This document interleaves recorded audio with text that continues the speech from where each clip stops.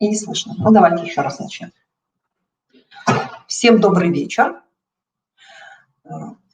Меня зовут Лужикова Ирина Васильевна. Сегодня я буду проводить у вас консультационный час на тему формирования привязанности приемного ребенка.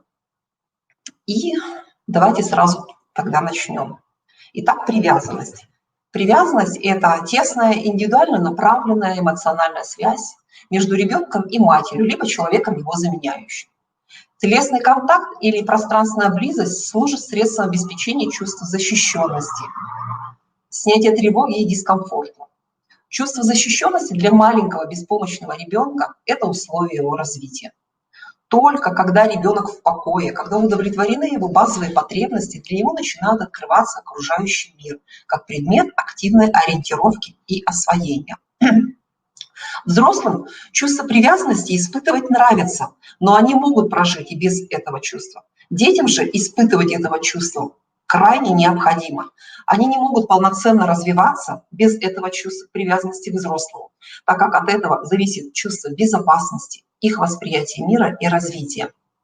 Здоровая привязанность, она способствует ребенку развитию совести, логического мышления, способности контролировать свои эмоциональные вспышки, умение понимать собственные чувства, чувства другого человека, а также находить общий язык с другими людьми. Для чего же нам важно формировать вот это чувство? Во-первых, это самооценка, да, то есть то, без чего не может ни один человек. То есть приобретенная от реакции окружающего мира на нас. Это распознавание своих потребностей, что я люблю, что я хочу, что я чувствую. Уметь просить о помощи, заботиться о себе.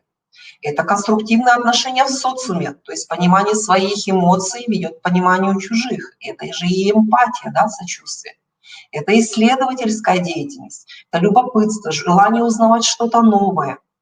Это и моральные нормы, это и поведение, то есть условный рефлекс, который формируется значимым взрослым. Это способность к сепарации, то есть отделение, да, в дальнейшем, в будущем к независимости. То есть, оказывается, вот именно это чувство так важно формировать. Оно очень необходимо нашим детям. Так, сейчас немножко у меня тут чего-то съехала презентация. Итак, существует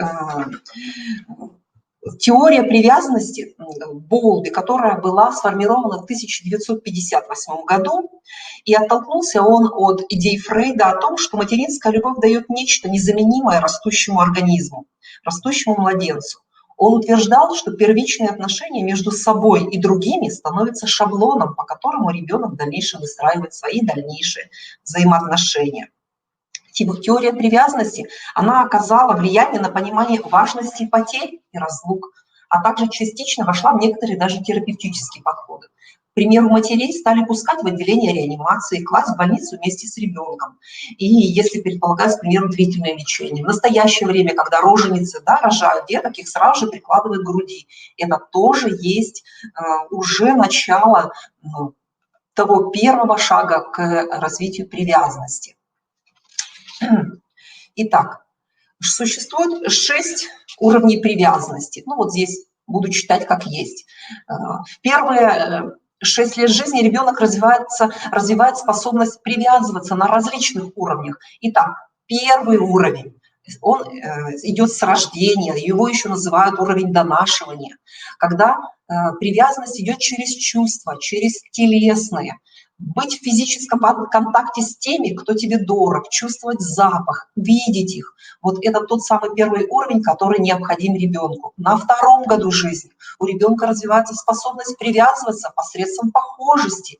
Ребенок имитирует тех, кого он любит, он старается быть на них похожим в поведении, в интонациях, в предпочтениях. Еще называют этот уровень стадия последования, да? То есть ребенок во всем повторяет своих родителей. На третьем году жизни развивается способность привязываться посредством принадлежности и верности. И это желание быть на той же стороне, желание обладать мамой, да, что мама только его, появляется чувство ревности. На 4-м году жизни у ребенка появляется желание обнаружения собственной важности, жизни, подтверждение своей важности для родителей, для окружающих. 5-й год жизни ребенок начинает любить, он отдает вам свое сердце. И если раньше он говорил «люблю маму», больше имитируя как бы других, то теперь он действительно начинает любить. Он поет песни, он рисует вам рисунки, он делает какие-то поделки, он дарит именно только вам. И это привязанность посредством эмоций. Время, когда ребенок физически, он готов уже расстаться с вами, с теми, кто ему дорог, без существенного ущерба для своей психики. То есть здесь уже идет более глубинное такое развитие привязанности. Если до 4 лет, да, это ребенок еще, можно сказать, поверхностно, то здесь уже после 4-го года жизни идет на более глубинные слои, оно переходит. И 6-й год – уровень привязанности, когда тебя знают. Ребенок начинает делиться своими секретами, чтобы мы его лучше понимали, чтобы он мог быть ближе к нам. И начинается формироваться психологическая уже привязанность. Это очень глубокий уровень, да, самый уязвимый, и поэтому даже не каждый взрослый имеет опыт подобной привязанности. Итак, 6 уровней. По Боулби же формирование привязанности он делил на несколько стадий. Ну вот как раз-таки 3 из них здесь показано на слайде. Вообще чувство привязанности, оно не является врожденным. Оно приобретенное качество. И присуще оно не только людям. Так, применительно к животному миру, это свойство называют импринтинг, то есть запечатление. Когда, например, если рождаются утята, если их высидела, например, не мама-утка, а, скажем, какое-то иное животное, то они, открывая глаза, да, вылупляются, следуют именно за тем объектом, который вот и был, вот, с которого они увидели первым. Они считают его своей матерью. То есть это вот как раз импринтинг. У людей немножко сложнее, да, то есть формирование привязанности, стадия недифференцированных привязанностей, это от 1,5 до 6 лет, когда младенцы выделяют мать и успокаиваются, даже если берет другой человек, то есть они еще не дифференцируют окружающих. Стадия начальной ориентировки, можно сказать, неизбирательной адресации, сигнал любому человеку ребенок подает глазами, цепляется, да, улыбается. Следующая стадия уже специфических привязанностей от 7 до 9 месяцев. Как раз вот на этой стадии характерно формирование, закрепление сформированной первичной уже привязанности к матери.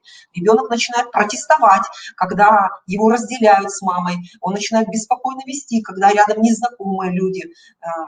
И поэтому даже когда здесь, играя, он уже начинает маму глазами искать, и поэтому только мать уходит с поля зрения, да, ребенок не видит, он начинает беспокоиться, он начинает хныкать, потому что здесь уже идет, как сказать, вот эта первичная привязанность формируется на этом уровне. Стадия множественных привязанностей с 11 до 18 месяцев, когда ребенок на основании первичной привязанности к матери начинает проявлять уже избирательность по отношению к другим, к близким, да, сестрам, братьям. И в качестве надежной базы у него, конечно же, это мама. Очень важно, когда ребенок начинает ходить, ползать, он становится самостоятельно уже какую-то проявлять исследовательскую деятельность. И при этом все сложные свои движения он выстраивает таким образом, чтобы все-таки мама всегда была, или тот человек, который его замещает, в поле также его зрения. Ну, Боулби вообще считал, что формирование привязанности формируется в первые 2,5-3 года, когда вот основная база закладывается на дальнейшее взаимодействие с окружающим миром. Поэтому он именно вот эти стадии только и выделял. К 2 годам ребенок уже, как правило, четко формирует, дифференцирует своих, чужих, он узнает родственников на фото, даже если он их долго не видел какое-то время, да, при должном уровне развития речи может рассказать, кто есть кто в семье, и готов к общению с окружающим миром. То есть он может уже образ матери держать, так сказать, внутри себя, да, и при этом тут же оставаться и с братиками, и с сестрой, и с отцом, с бабушкой и так далее. Только от окружающих взрослых младенец узнает, что он существует, то есть отразивших в их глазах он усваивает, отзеркаливает, так сказать, кто он, что он слышит, что он видит, и получая вот это описание от взрослых Неудивительно, что дети, которые растут в домах ребенка, которые лишены постоянного общения с любящими взрослыми, на много месяцев, а то и лет, чем обычные младенцы, начинают узнавать себя в зеркале, к примеру. Они гораздо позже переходят от названия себя в третьем лице. Вот говорят, Ваня хочет, дайте Ване, там, да? Ваня нет, там говорит, да, Ване не надо. К употреблению слова «я», да, то есть это гораздо позже уйдет. И в глубоком смысле они для себя в этом плане не существуют. То есть «я» как личность, у них идет вот это развитие гораздо позже, нежели у ребенка, который, например, воспитывается в семье. Позитивное отзеркаливание не заканчивается в младенчестве, да, когда мы, как родители, говорим, а какие у нас глазки, там, какие у нас ножки, как быстро мы бегаем, а какая у тебя красивая. То есть мы полностью ребенку как будто бы отзеркаливаем окружающий мир и даем эту эмоциональную подпитку, с которой ребенок в дальнейшем уже и живет. Потребность вот в таком теплом, в теплой душе вновь обостряется в кризисные периоды. То есть если до 3 лет, да, мы формируем эту привязанность, выделяет нас ребенок среди окружающих, то в дальнейшем, когда возникает кризисный период, это 3 года, это 7 лет, это подростковый возраст, в этот момент ребенку вновь бывает очень важно увидеть в глазах родителя и услышать в его словах вот это одобрение, это безусловное принятие, чтобы вновь убедиться, что я существую, и это хорошо. Да? То есть вот именно вот это и является тем важным условием до 3 лет ребенка, когда мы его таким образом формируем привязанность. Потому что эта привязанность, вот это формирование в дальнейшем скажется на всех тех кризисных периодах, когда они будут проходить. Как же формируется привязанность? Ну вот здесь схематически изображено формирование. У ребенка возникает потребность.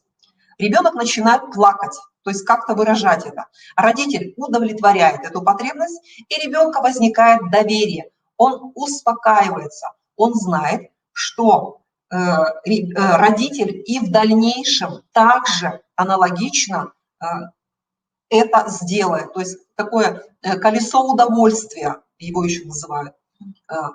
Если же у ребенка возникает потребность на 2-м году жизни, к примеру, родитель ограничивает, говорит ему нет, это нельзя. Ребенок либо слушается, либо не подчиняется, либо пытается спорить со взрослым. Родитель, соответственно, как-то реагирует, и у ребенка в дальнейшем уже либо возникает потребность что-либо делать, подчиняться, то или иную инструкцию выполнять, либо не выполнять. То есть здесь самое главное – это реакция родителя. То, как родитель будет эмоционально, да, на каком-то еще уровне взаимодействовать с ребенком, таким образом и возникнет в дальнейшем вот это колесо доверия, колесо вот это удовольствия с родителем. Цикл формирования эмоциональной связи. Здесь немножко сложнее. Смотрите, потребность ребенка возникла, ребенок какой-то сигнал подает. Реакция взрослого может быть адекватной, взрослый может игнорировать, реакция взрослого может быть непредсказуемая, то есть сегодня он так сказал, завтра он по-другому сказал, и реакция взрослого может быть как насилие над ребенком. Реакция ребенка же в этом какая может быть? Успокоение, то ребенок успокоился, он удовлетворил потребность, либо у ребенка возникает напряжение, стресс, либо у него наступает усиление тревоги, либо у него возникает и напряжение, и стресс, и страх, и замирание. Вот, кстати, у детей, которые воспитываются в неблагополучных семьях, которые воспитываются в детском доме, также может быть, вот, кстати, вот эти реакции ребенка, напряжение, усиление тревоги, страхи, замирания в большей степени. Итак, теперь мы плавно переходим к причинам нарушения формирования привязанности. Да, привязанность, она необходима, она жизненно необходима ребенку, чтобы научиться жить, чтобы просто, да, жить, как говорится, комфортно в этом мире.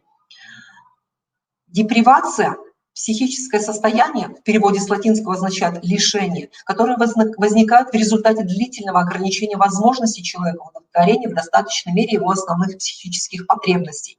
Это одна из причин, одна из, можно сказать, основных причин, в результате которого возникает нарушение формирования привязанности. Она характеризуется выраженными отклонениями в эмоциональном, интеллектуальном, нарушении социальных контактов.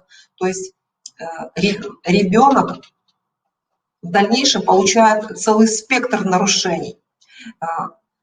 Лангмейер и Матейчик, разработавшие теорию вот эту депривации, развития, они выделили следующие виды. То есть какая же существует депривация, в чем ребенок получает вот это лишение, да, в результате того, что он пережил вот эту разлуку с ухаживающим взрослым.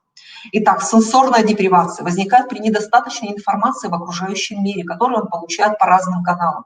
Это зрение, это слух, это осязание, это обоняние.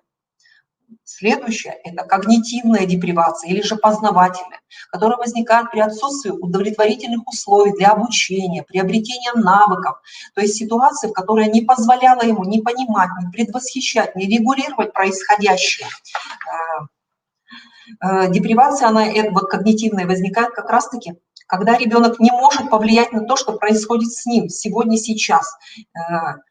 Он вроде бы, к примеру, если это возьмем детский дом, да, он может быть и хочет в какой-то момент что-то от кого-то узнать, хочет поспать, хочет куда-то сходить, хочет где-то что-то еще большее, например, да? Но так как здесь идет все относительно формально, то есть по определенным часам, по определенным дням, и от него этой регуляции не происходит, то, естественно, здесь мы в большинстве случаев имеем то, что ребенок уже во взрослом состоянии, когда его спрашивают, а кем же ты хочешь быть, а где ты хочешь учиться, а вообще хочешь ли что-то сейчас, например, да? Чаще всего дети говорят, не знаю, не могу, нет возможности. То есть и это все лишь от того, что в самом начале, да, когда у ребенка был вот этот сенситивный период, когда он хотел впитывать от окружающей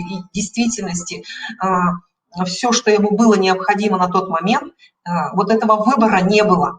Да? И поэтому вот это когнитивное, так сказать, недоразвитие у ребенка, оно присутствует.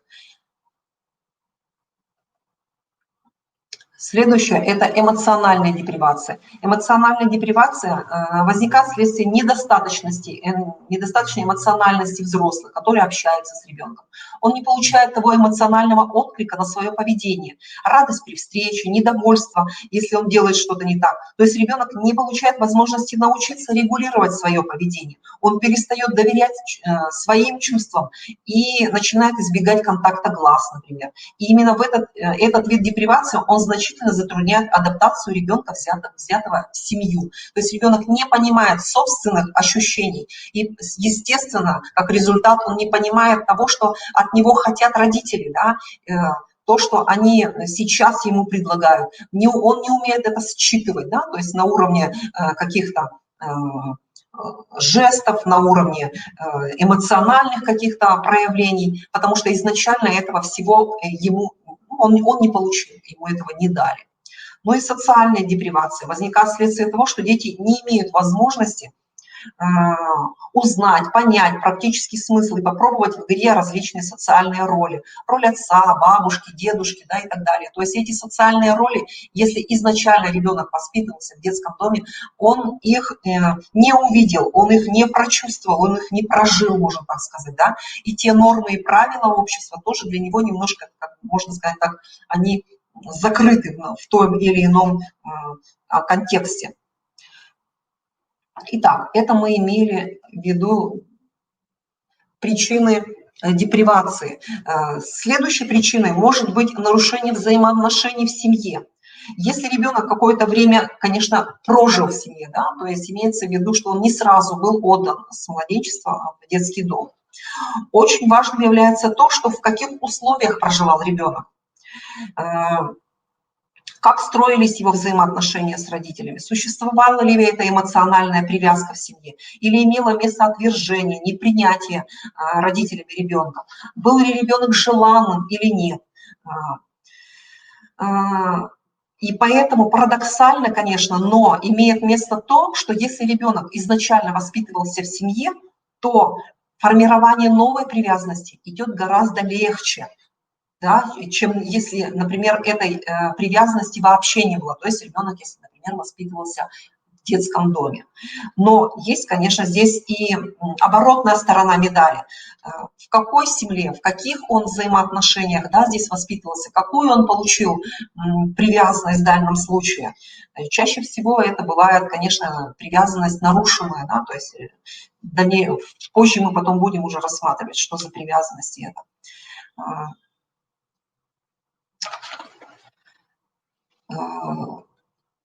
Важную роль играет опыт ребенка. Да? Если ребенок имел благоприятный опыт построения отношений внутри семьи, то и, соответственно, в момент разрыва, когда что-то случилось, например, в семье, погибли родители, какая-то произошла болезнь, в результате которых родители ушли, да, то ребенок тяжело очень переживает вот этот момент разрыва, но в дальнейшем ему будет легче сформировать привязанность, например, в новой семье. Да? Если, например, изначально были благоприятные привязанности с родителями. Если же взаимоотношения в семье были токсичные, к примеру, было насилие физическое, сексуальное, либо психологическое, которое пережил ребенок, здесь привязанности могут быть как раз-таки со знаком большим минус, потому что ребенок не получил той другой базовой надежной привязанности, которая дает окрыляет ребенка и дает ему возможность формирования новой привязанности, например, в той же приемной семье, может быть возникнуть большие сложности. И это объясняется в первую очередь тем, что для большинства детей, которые растут в семьях, где насилие было нормой, до определенного возраста эти отношения, вот эти токсичные, где насилие воспринималось ребенком как любовь, как одна из форм привязанности, они, естественно, будут тянуть из приемных родителей, они будут требовать вот это насилие по отношению к себе. И поэтому лишь только уже после подросткового возраста они начинают вот эту границу все-таки как-то переходить, начинают осознавать, и возможность перестройки именно вот здесь уже как на уровне логического мышления они начинают принимать, что есть возможность по-другому строить. А изначально, конечно, вот это насилие, жестокое обращение, они будут притягивать на себя.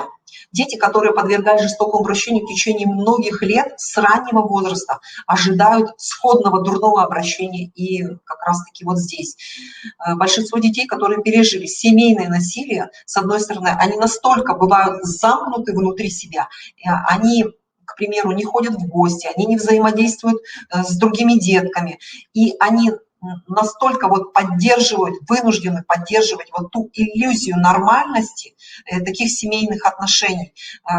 Для чего, спрашиваются, да, ну, то есть почему ребенок чаще всего не говорит об этом, скрытный, считает, что это нормальное, когда над ним издеваются, да, когда, например, над ним предыдущей семье там, били, не дай бог, какие-то были еще другие формы насилия, потому что для сохранения собственной психики ребенок перейти на новую форму привязанности, на новую форму взаимоотношений, он, во-первых, не умеет, во-вторых, стороны, он не может, а в-третьих, это ломка, да, ну, то есть получается, что ребенок жил до этого, для него это была нормальная форма взаимоотношений, то есть, ну как нормальная, ту, которую предлагали родители, любящие люди, которых он считал единственными, правильными и оплотом, как сказать, да, своих жизней, своей опорой подвергать сомнению. И поэтому новый способ привлечения внимания родителей уже приемных для такого ребенка тоже является ну, своего рода как травматично, что ли, да, то есть перейти на новый уровень взаимоотношений. Но это нужно делать, это не значит, что мы оставляем это так, как есть. И если ребенок, например, начинает лгать, начинает агрессировать, начинает проявлять аутоагрессию, то есть агрессию на себя, начинает воровать, начинает демонстрировать, да, вот это нарушение правил в отношении других детей, естественно, с этим нужно работать, это нужно, как говорится, терапевтически у ребенка вытаскивать, да, проигрывать это все, всю эту травму прорабатывать. И если мы сами, как родители, не можем это сделать, да, мы видим, что мы не справляемся, ребенок также по-прежнему начинает и ворует, и, например, у него есть самоповреждающее какое-то поведение, он испытывает, например, удовольствие, когда, или успокоение только тогда, когда, например, мы накричим на него, да, только тогда он успокаивается, либо когда физически только мы начинаем к нему там как-то подходить, и он в дальнейшем успокаивается, он как будто бы вытягивает из нас все это.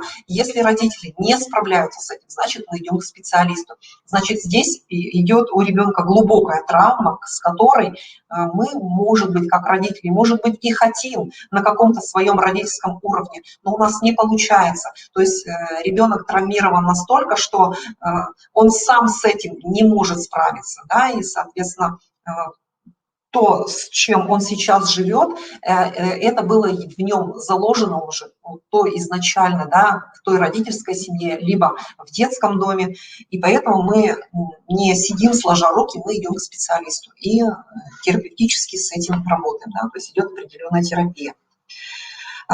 Вот очень часто дети, имея вот эту травму, да, если, например, было физическое, сексуальное, психологическое насилие, дети проявляют иногда самоагрессию на себя.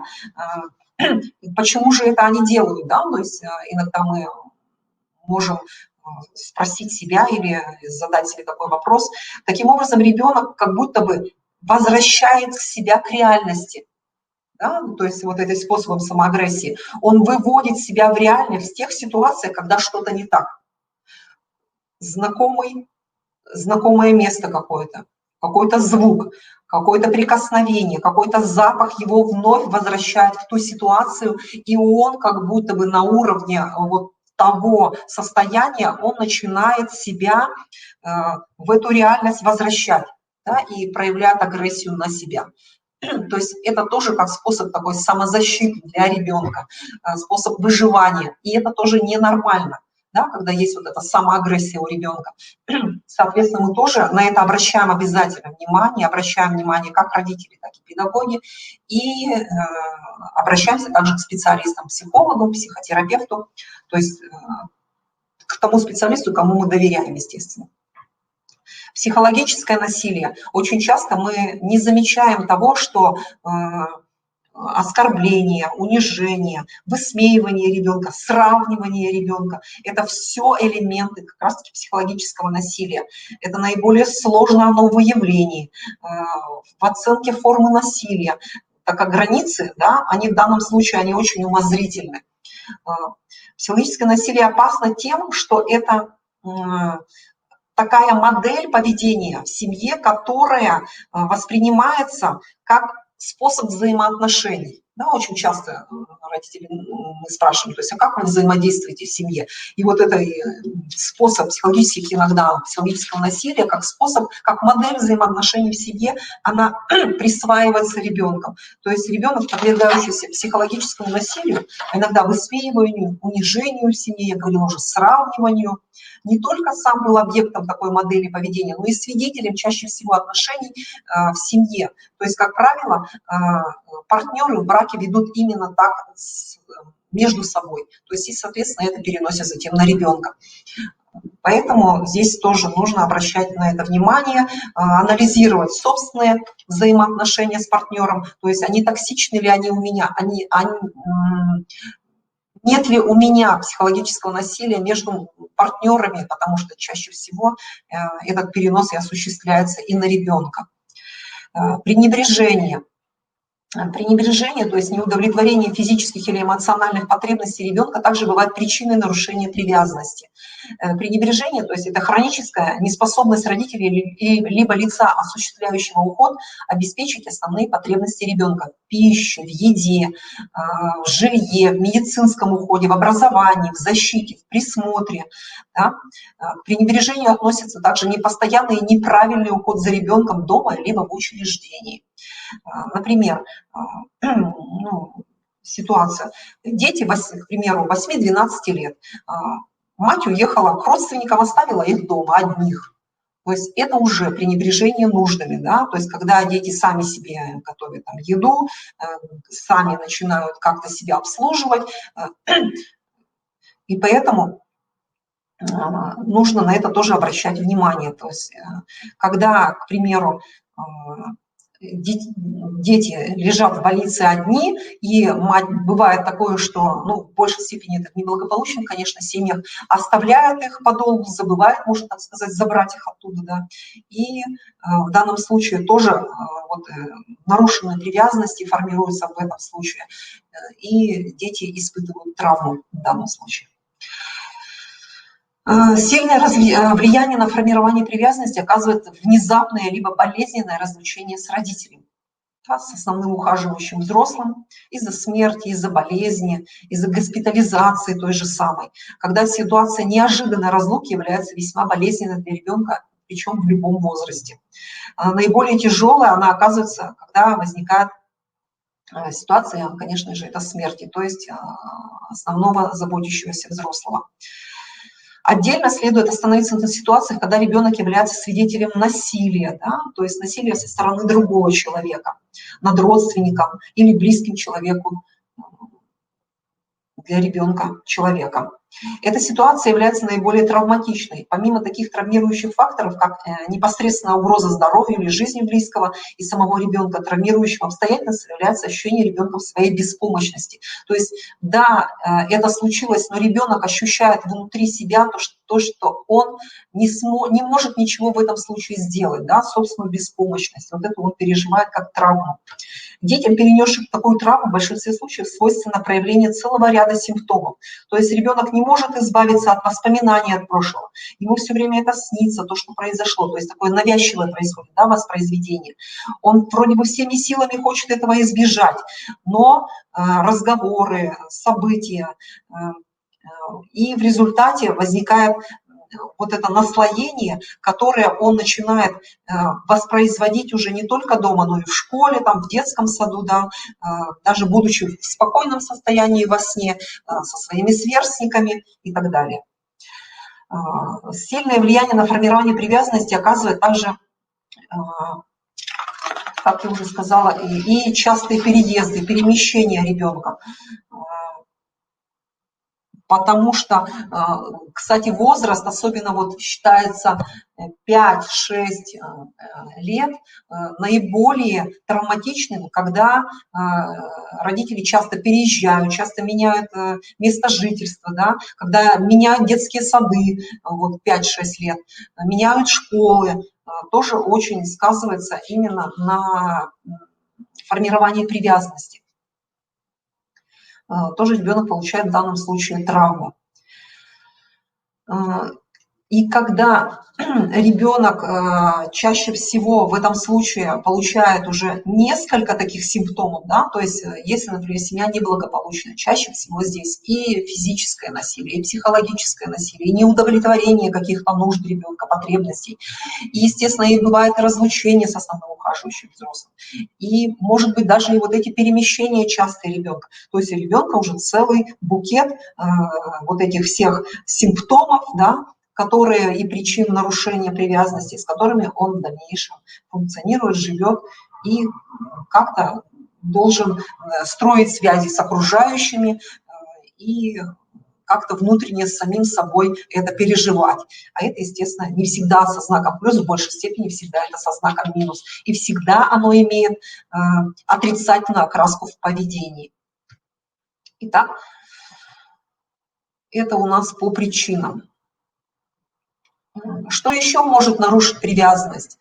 Ну, вот здесь такие отдельные моменты, как преждевременные роды, когда внутриутробное отравление алкоголем, наркотиками было у женщины, беременность, которая была нежелательна для биологической матери, послеродовая депрессия у матерей, если была, ранняя разлука с биологической матерью, эмоциональная отрешенность из-за каких-то психических расстройств, жестокое обращение, крайняя запущенность в первые именно годы жизни ребенка, педагогическая некомпетентность биологической матери, когда она слишком молода, когда она не интересуется воспитанием ребенка, да, когда вот это все пущено на самотек.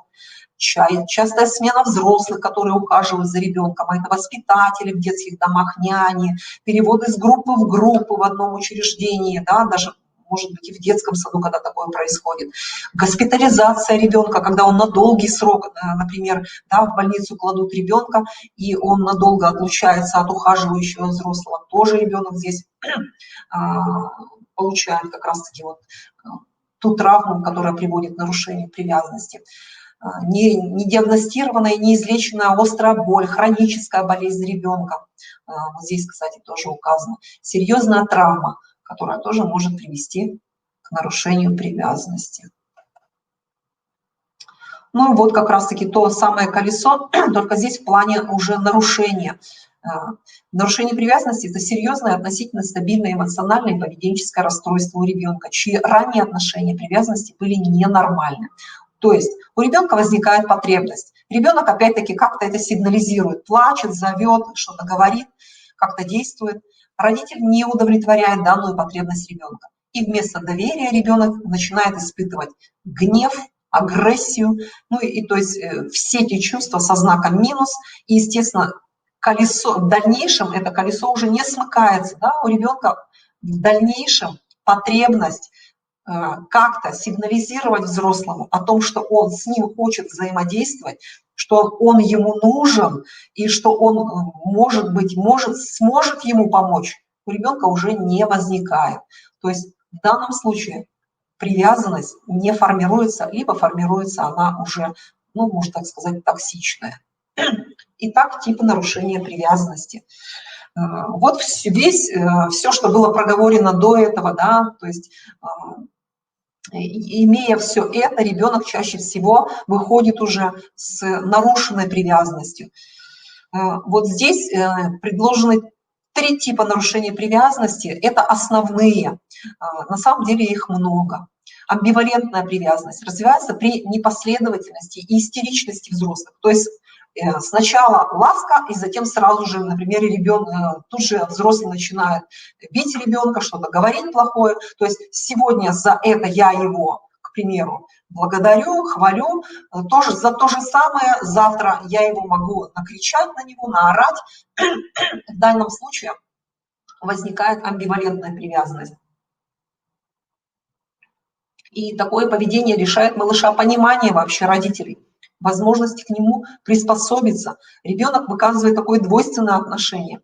То есть перепады в общении довольно частые, да, отсутствуют компромиссы, полутона, это в отношении взрослого к ребенку.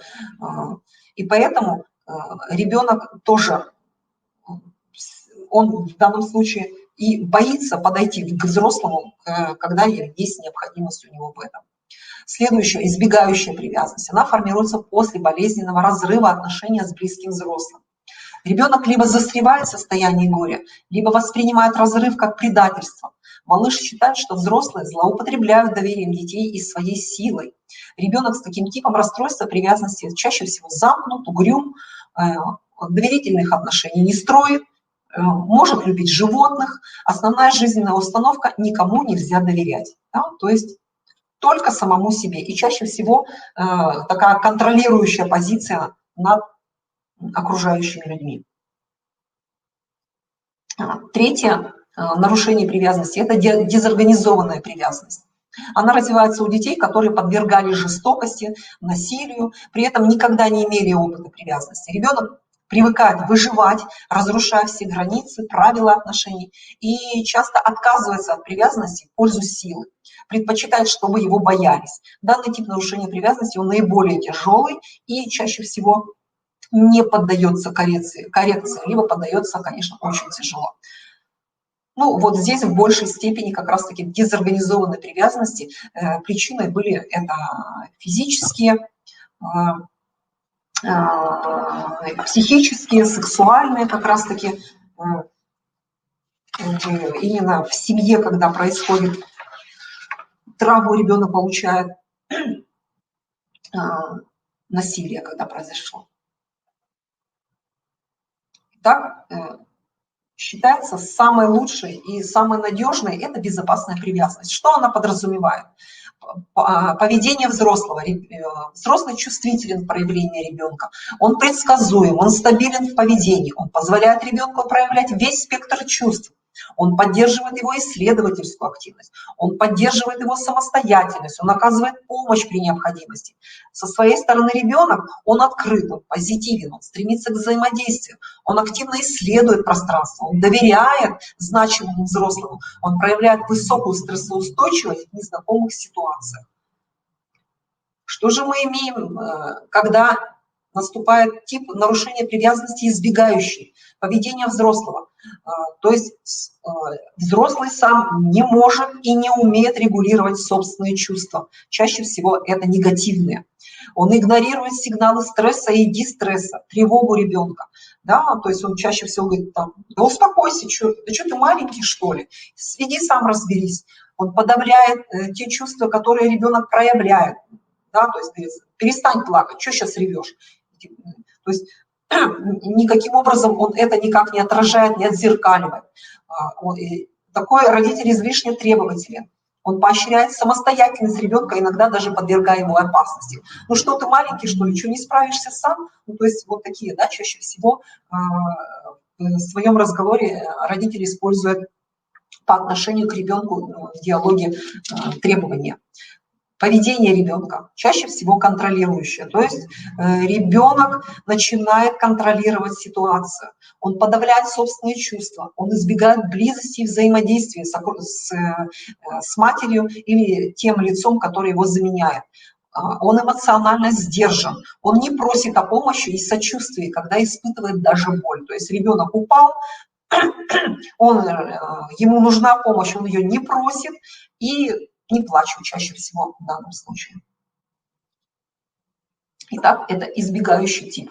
Возможно, в окружении вас, может быть, есть такие детки. Вот как раз-таки вы можете диагностировать.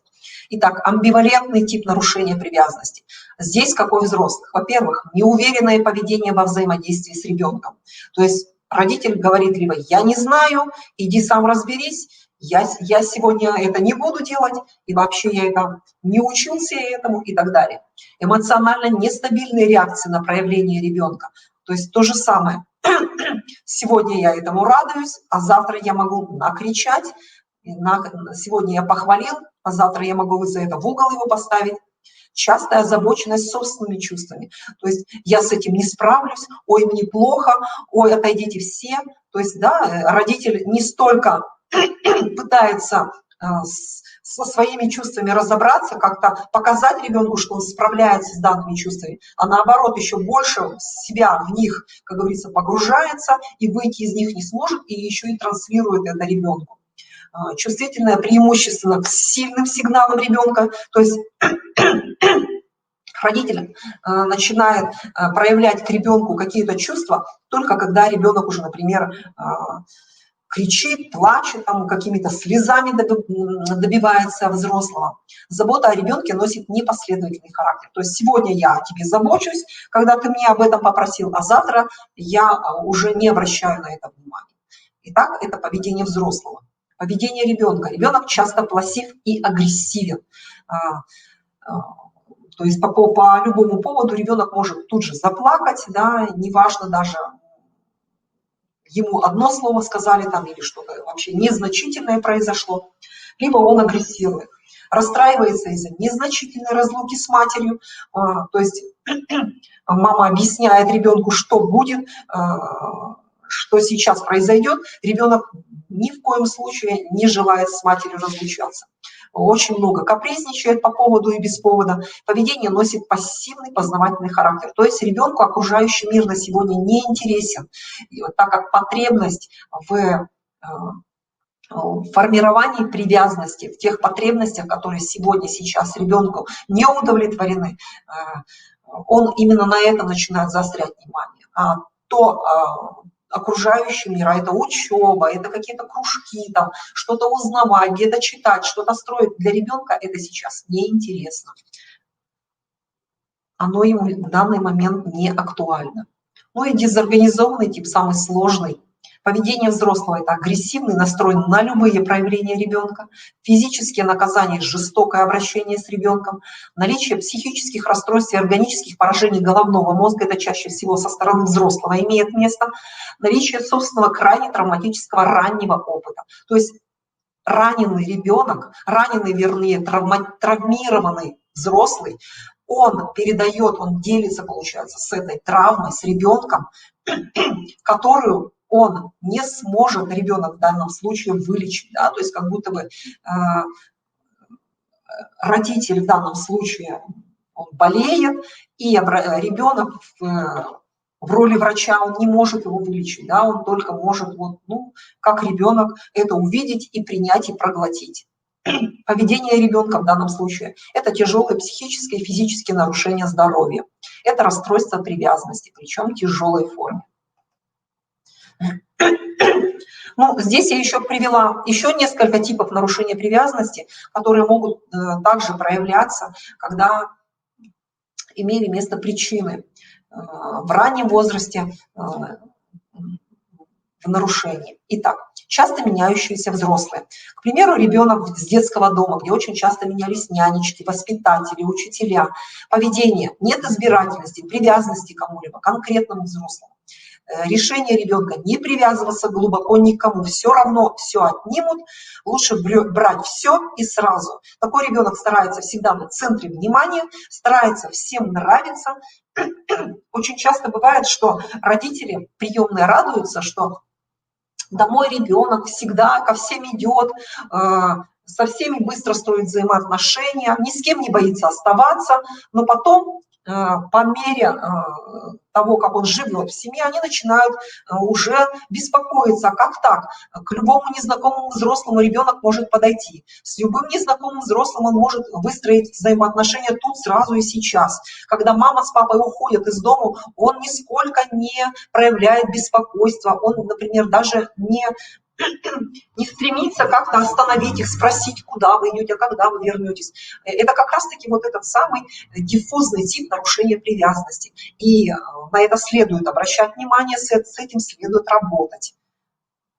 Ну, в данном случае, если родители не могут сами справляться, то обращаться к специалисту следует обязательно. Перемещенный тип нарушения привязанности. Рядом нет постоянного взрослого. Не с кем сформировать привязанность. В данном случае возникает депривация. Опять-таки, поведение ребенка. Рядом дети. Формируется привязанность не конкретно к какому-то ребенку, а к общности детей. То есть мне понятно, как быть с детьми. Мир взрослого мне непонятен, потому что не было того основного взрослого, которого бы я отзеркаливал, который бы мне транслировал окружающий мир, транслировал самого себя.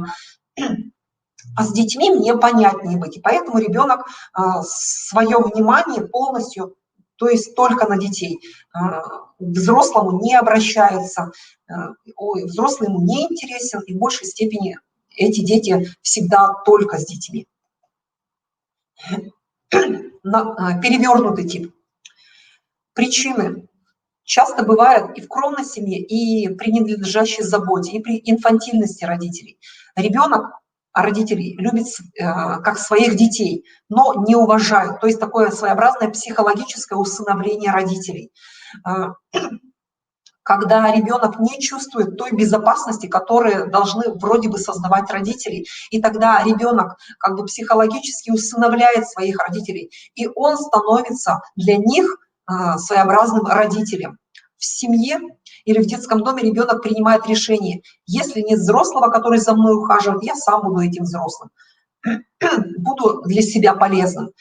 Страшно быть уязвимым, поэтому нужно доминировать. Поэтому такой ребенок чаще всего Он всегда контролирует взрослого, он всегда переворачивает все то, что говорит взрослый, неважно, там родитель, учитель, всегда по-своему это сделает. Он не считает важным слушать взрослого. Он в большей степени всегда вот какую-то доминирующую установку предлагает окружающим. И в большей степени это взрослым, конечно. Ну и какие мы можем увидеть еще симптомы здесь же. При инициативе со стороны родителей ребенок нежность не проявляет. Если проявляет ласку, то обычно только потому, что хочет что-то получить.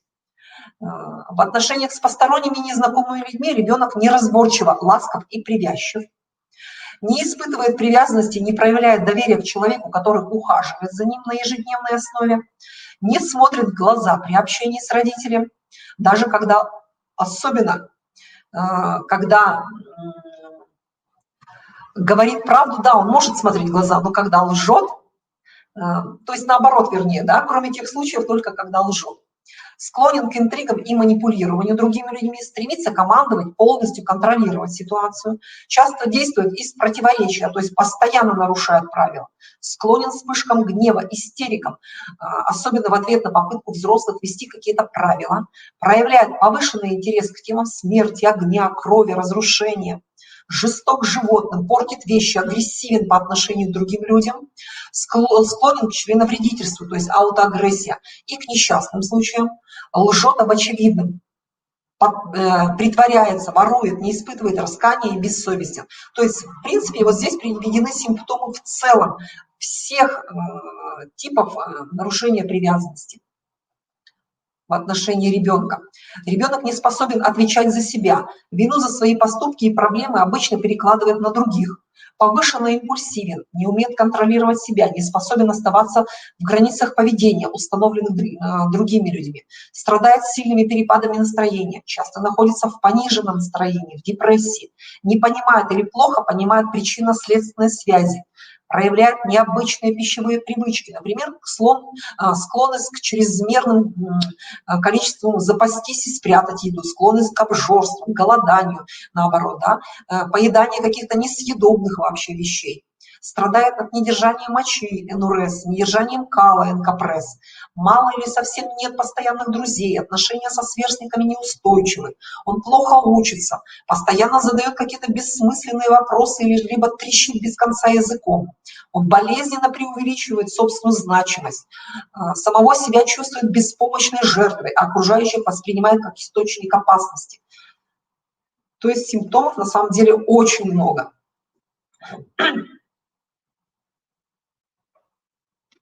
Итак, Дэвид Эллиот выделил 5 факторов хорошей привязанности со стороны взрослого. Физическая и эмоциональная защита. Если это идет от взрослого, то, соответственно, со стороны ребенка формируется такое чувство, как безопасность. Если со стороны взрослого эмоциональная настройка на состояние ребенка идет, на его психологическое, на его физическое и на развитие ребенка, то со стороны ребенка, как ответная реакция, это высокая самооценка, это когнитивное развитие, это саморазвитие. Со стороны взрослого успокоение, утешение, помощь в проживании неудач, то со стороны ребенка, как реакция, это навык утешения, это адаптивность, это эмоциональная саморегуляция. Если со стороны взрослого эмоциональная значимость ребенка для взрослого, то есть взрослый всегда это подчеркивает, то со стороны ребенка знание, что есть мое место в семье, в мире, что я значим для родителей в социуме. Поддержка и поощрение к исследованию внутреннего и внешнего мира со стороны родителей приводит к тому, что ребенок поле для познания себя создает, окружающего мира, своих способностей, собственных интересов. В каком же направлении двигаться, чтобы формировать вот эту данную привязанность? Или же даже если эта привязанность нарушена, мы все равно, как родители, обязаны, мы должны данную привязанность, да, приводить, как говорится, в норму, к той базовой, которая будет формировать изначально безопасность.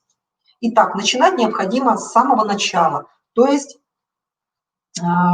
идти от ощущений, от тактильного контакта.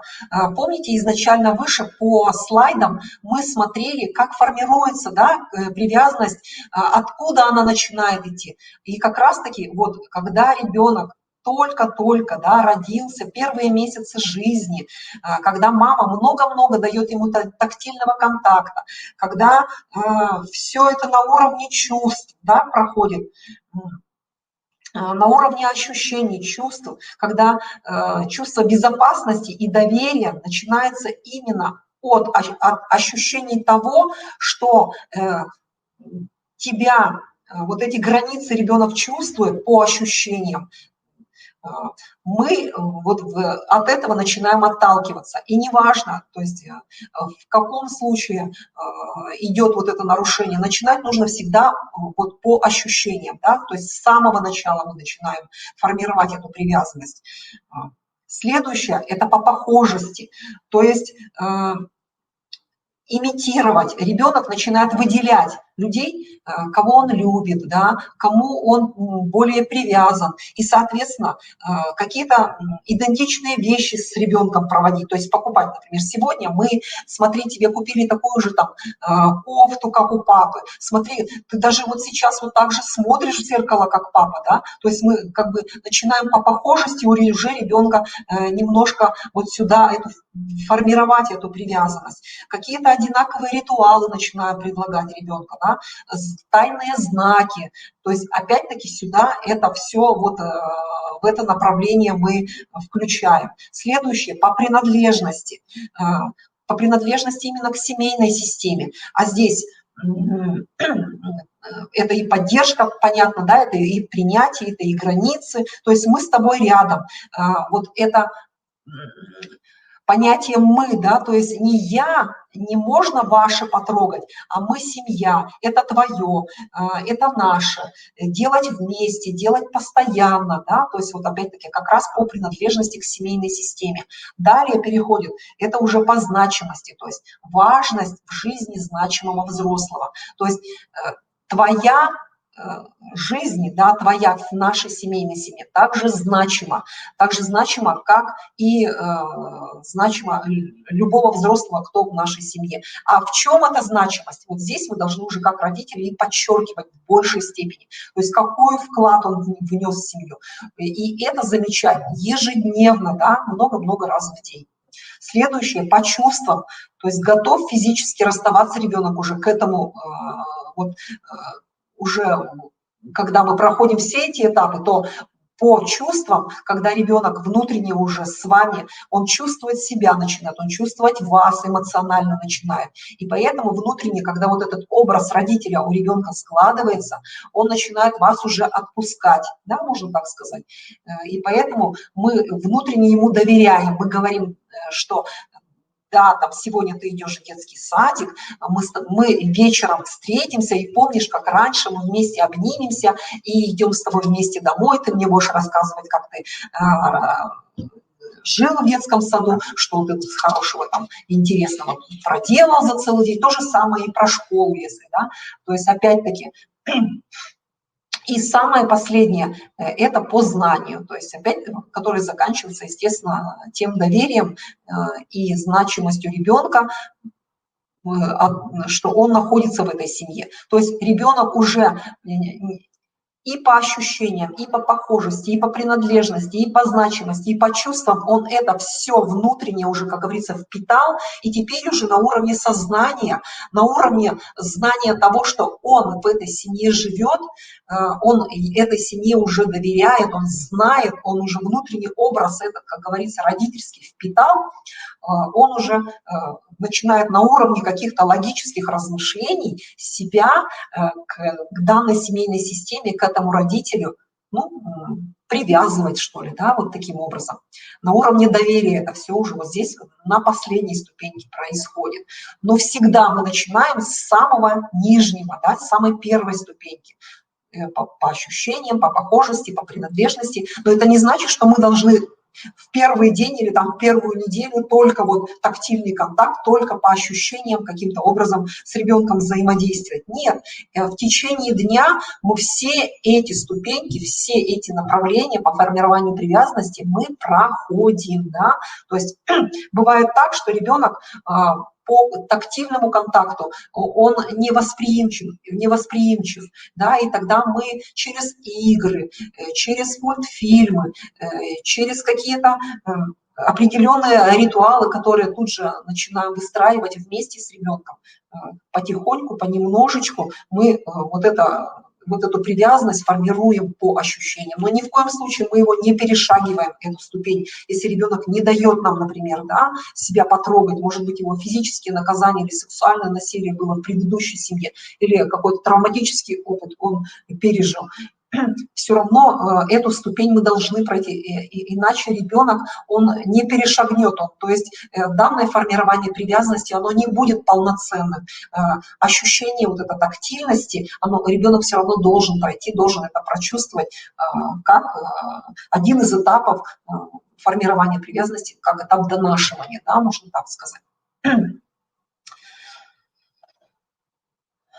Пути преодоления. Итак, для многих детей, взятых из детских учреждений, очень сложно установить доверительные отношения со взрослыми в приемной семье, потому что имеется огромный травматический опыт предыдущего. Основные моменты поведения, которые помогут формированию положительных взаимоотношений между взрослым и ребенком. Во-первых, всегда говорить с ребенком спокойно и с нежными интонациями. Всегда смотреть ребенку в глаза. А если он отворачивается, то попробовать придержать так, чтобы взгляд был все-таки направлен на вас. Всегда удовлетворять нужды ребенка. А если это невозможно, то спокойно объяснить, почему. Всегда подходить к ребенку, когда он плачет, выяснить причину, что произошло и так далее. Да? Привязанность развивается при помощи прикосновений, взгляда в глаза, совместных движений, разговоров, взаимодействия, игр, еды. Ребенку необходимо время, чтобы понять, чего можно ожидать от взрослого, и выработать собственные способы позитивного взаимодействия с ним. То есть любому человеку нужно время. Привязанность развивается, да, вот только что я вам сказала, и попадая в семью, ребенок испытывает потребность в определенной информации. Кто эти люди, с которыми я теперь буду жить? Что я могу ожидать от них? Смогу ли я встретиться с теми, с кем я жил раньше? А кто будет принимать решения о моем будущем? Ребенок может нуждаться в получении разрешения на выражение чувств. Очень часто дети, не имея опыта позитивного отношения со взрослыми, они не умеют выражать собственные чувства. И поэтому для выражения чувств, для обучения ребенка способом более приемлемого выражения можно использовать такую схему, как «я-высказывание». То есть она довольно-таки проста. Первое, то, что я чувствую, да? Когда ты и я хочу. Это описание действия. К примеру, я волнуюсь, когда ты приходишь очень поздно домой. И я хочу, чтобы ты предупреждал меня о том, что будешь задерживаться. Эта техника, она довольно-таки корректная и позволяет, во-первых, не переходить уже на личности, когда мы начинаем обвинительно, да, чаще всего родители предлагают с ребенком взаимодействовать. Это ты все время приходишь поздно, не звонишь, мне ничего не понимаешь, что я волнуюсь, и вообще давай там какие-то обвинительные еще приговоры тут же предлагать ему, санкции. В данном случае эта схема «я-высказываний» идет от «я», от собственного человека. То есть я волнуюсь, когда ты, например, не делаешь вовремя домашнее задание или делаешь его очень поздно. Давай договоримся, что, например, с 4 до 5 ты садишься и делаешь домашнее задание. С 4 до 6 договорились, все. И, как говорится, подкрепили еще телесно как-то вот этот договор с ребенком.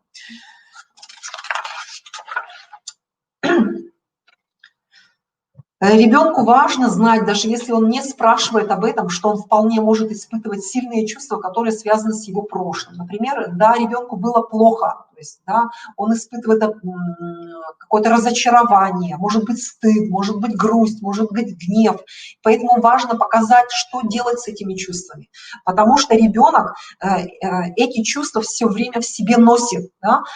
Эти чувства порой бывают, выходят из ребенка, да, какими-то, может быть, отрицательными поведенческими составляющими.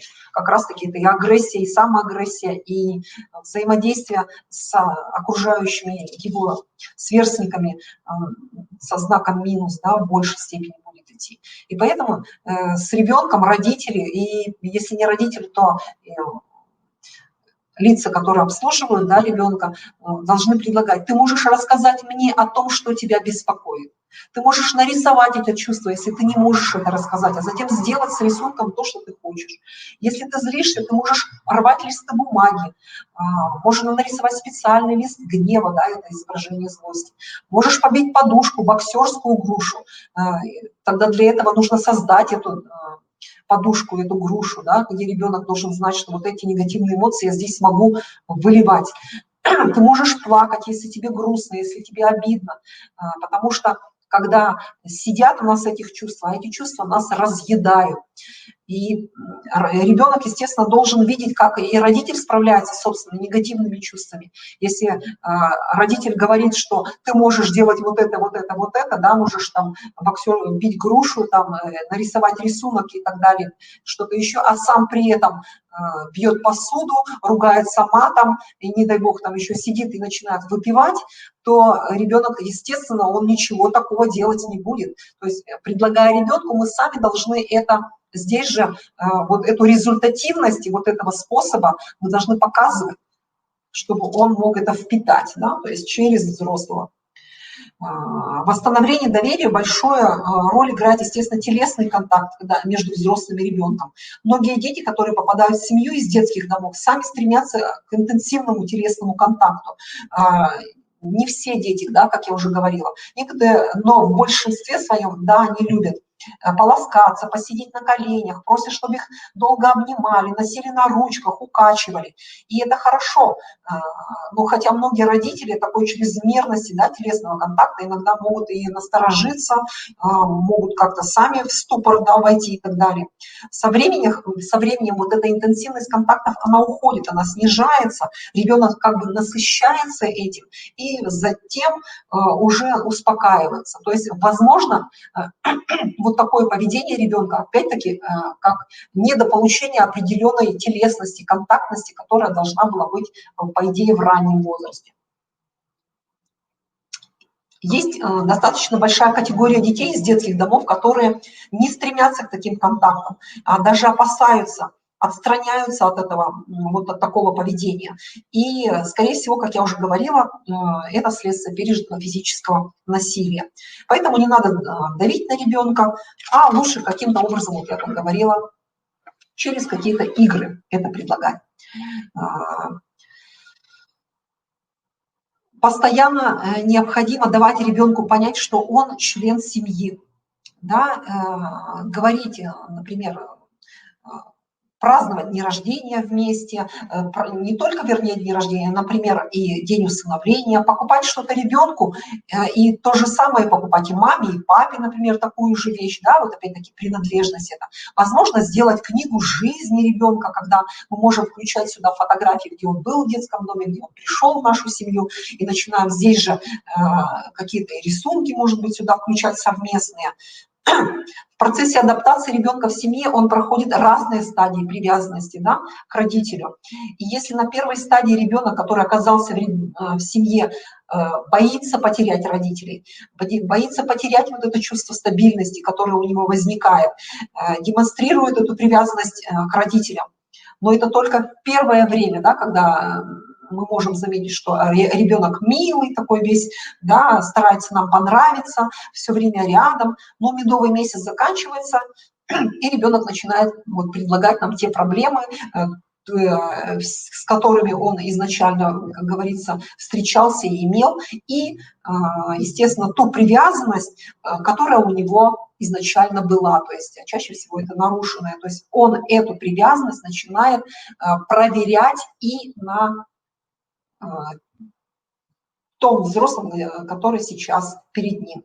Ребенок из семьи, который имеет опыт построения более-менее нормальных отношений, он быстрее и легче адаптируется. И наоборот, который не имел этих отношений, он, естественно, будет со своими родителями иметь гораздо больше сложностей в построении. Следует быть готовым к тому, что ребенок, который был взят в семью в возрасте от 3 лет, например, да, и старше, может иметь регресс в развитии, в поведении. То есть, например, он может утратить навыки, которые связаны с туалетом, например, гигиенические навыки, может просить пить из бутылочки, может просить, чтобы его укачивали на руках. То есть 3-летний ребенок может вот это все просить, да, и даже старше 6, 7, 9-летний то же самое. То есть это своеобразный такой откат назад, когда неосознанно ребенок хочет восполнить вот тот этап в отношениях с матерью, которого у нее, скорее всего, не было, который был упущен. И поэтому родителю не нужно бояться, что что-то происходит неладное, да, что ребенок таким образом регресс произвел. Значит, этап этот ребенку нужно пройти. Значит, мы его пеленаем в одеяло, мы его берем на руки и начинаем мы его вот как раз-таки этап донашивания проходить. Ребенок насытится, получит эту потребность, успокоится и, как говорится, опять войдет в то русло, в котором и должен быть, например, ребенок в том или ином возрасте. Или же наоборот, как я говорила, он будет этого всячески избегать. Нежелательно в первые месяцы отдавать ребенка сразу в школу, в детский сад. Ребенок сначала должен, как говорится, привыкнуть к тому лицу, к тому взрослому, который перед ним. И это чаще всего примерно нужно в течение полугода, в лучшем случае проводить, да, с ребенком. Взяли ребенка в течение полугода, не отдаем его ни в садик, ни в детский сад, ни бабушке, ни няне, а только ухаживающий взрослый и ребенок, то есть та семья, которая живет с ребенком. Ни праздники здесь не проводим, ни какие-то еще мероприятия, то есть ребенок привыкает к вам, вы привыкаете к ребенку. Ребенок привязывается к вам, вы привязываетесь к ребенку. Итак, как же восстановить привязанность? Эффективные реплики еще существуют, которые вот как раз-таки на данном слайде вам предложены. Итак, чья это проблема? Да, когда мы говорим ребенку в отношении ответственности. Или же я знаю, я согласен, когда вы сочувствуете ребенку. Это правда. Или же да, я это запомню. Или же такое слово да, стыдно. Спасибо, что ты мне это рассказал. Ну, это как раз-таки да, сильно их обескураживает. Скажи мне, когда ты передумаешь. Почему бы не сделать нам это вместе? В случае истерики, например, или бурного поведения. Да? Интересный способ посмотреть на это. Жаль, что ты воспринимаешь это таким образом. Неплохо, когда они пытаются шантажировать ваши эмоции.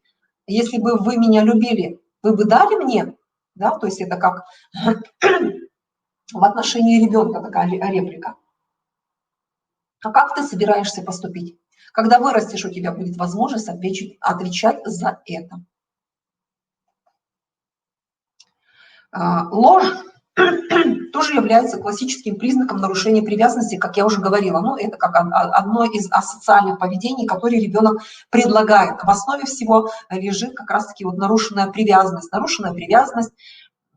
с ухаживающим взрослым. Ну, во-первых, какие здесь можно предложить рекомендации. Оцените степень вины и примите меры. Скажите, что вы извинитесь, если окажетесь, что были неправы перед ребенком, естественно. Да? Скажите ребенку, что вы знаете, что он врет, и что раз он постоянно врет, вы никогда не будете ему верить. В будущем вы будете принимать решение, врет он или говорит правду уже сами.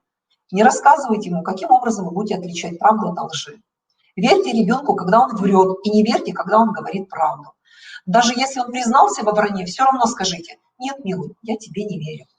Попробуйте сами рассказывать небылицы. Это ребенка запутает, и все, что запутывает его, заставляет, естественно, думать. Ну и таким образом вы будете на один шаг впереди него.